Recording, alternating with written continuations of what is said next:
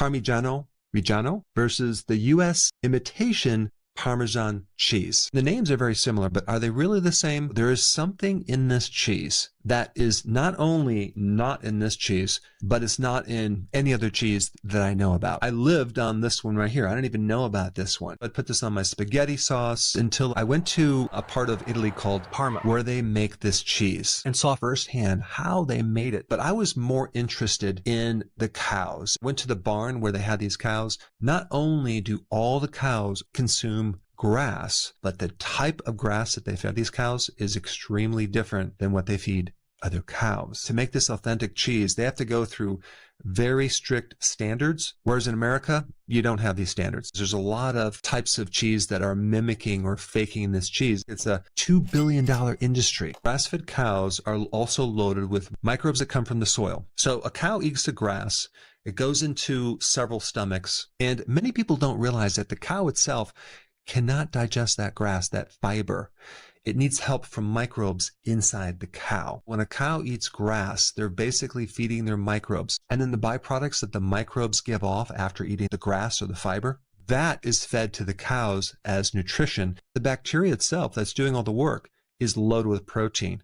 And so the cow gets very little direct nutrition. It gets a lot of the nutrition via the microbes. And so it's a combination of the type of microbes that are involved in the fermentation process, as well as the production going from milk to cheese that also involves microbes. This Parmigiano Reggiano is made from 3 ingredients. This very specialized standard cow's milk, number 2, salt, and number 3, an enzyme that allows the milk to turn into cheese. Now, if we do a little comparison to the American Parmesan cheese, we get a pasteurized part skim milk with a cheese culture, salt, enzymes, and of course they're also adding potassium sorbate to protect the flavor. This one here is raw. There is no requirements on aging with this one.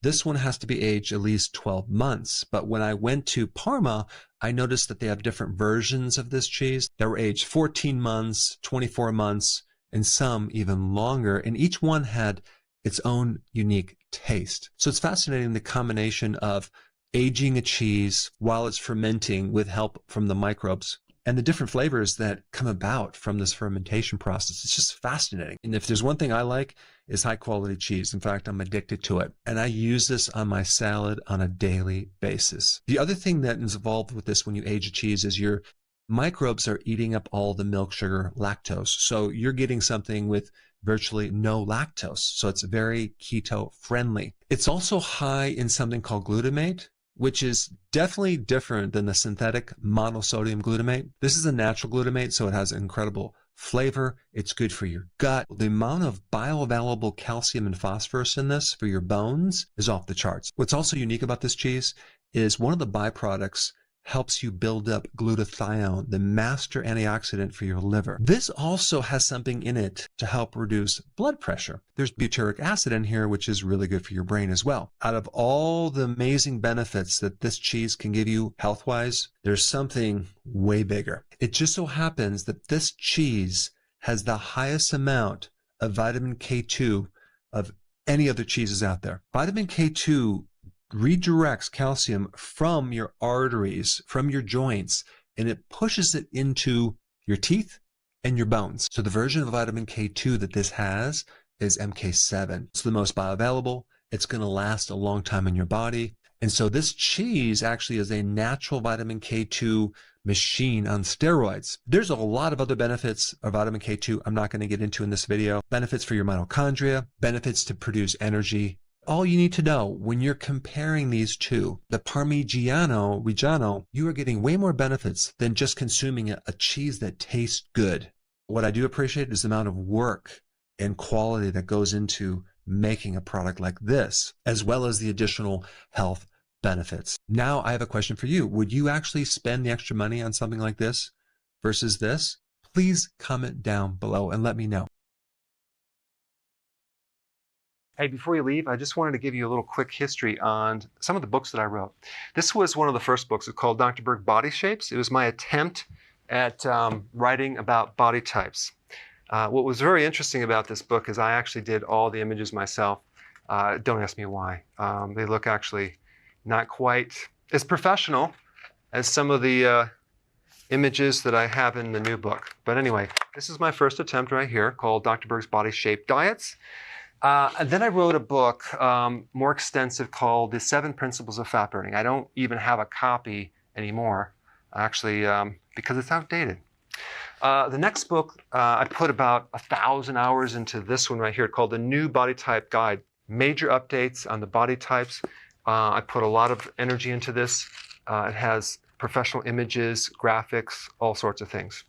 Now, the problem with this book is it doesn't really describe what this is really about. Body types are only a small portion of what's in this book. And that's why I changed the name to the Healthy Keto Plan, okay? If you happen to have this book, you don't really need this book because there's only very, very minor updates. But if you don't have this, you need to get this one right here. This book goes into every single detail that you would ever want to know about. It goes into the 7 principles of fat burning. It goes into hormones, the body types, the basic keto plan. It goes into intermittent fasting. I talk about the 10 fat burning triggers and blockers and fat burning strategies with a lot of details in every single chapter. I go into body issues that interfere with losing weight. There's very few people that just have a weight problem. They have a lot of body issues, whether it's sleeping problems, stress problems, inflammation, menopause. I cover that extensively in this book. Then I talk about how to get rid of stress, and I show you a technique. Then I get into exercising. And then I have a lot of really good recipes in this book as well. So this is a good reference guide. On my website, if you get this book, you get this one free. It's called Healthy Keto and Intermittent Fasting. This is the shortcut, quick guide to this book.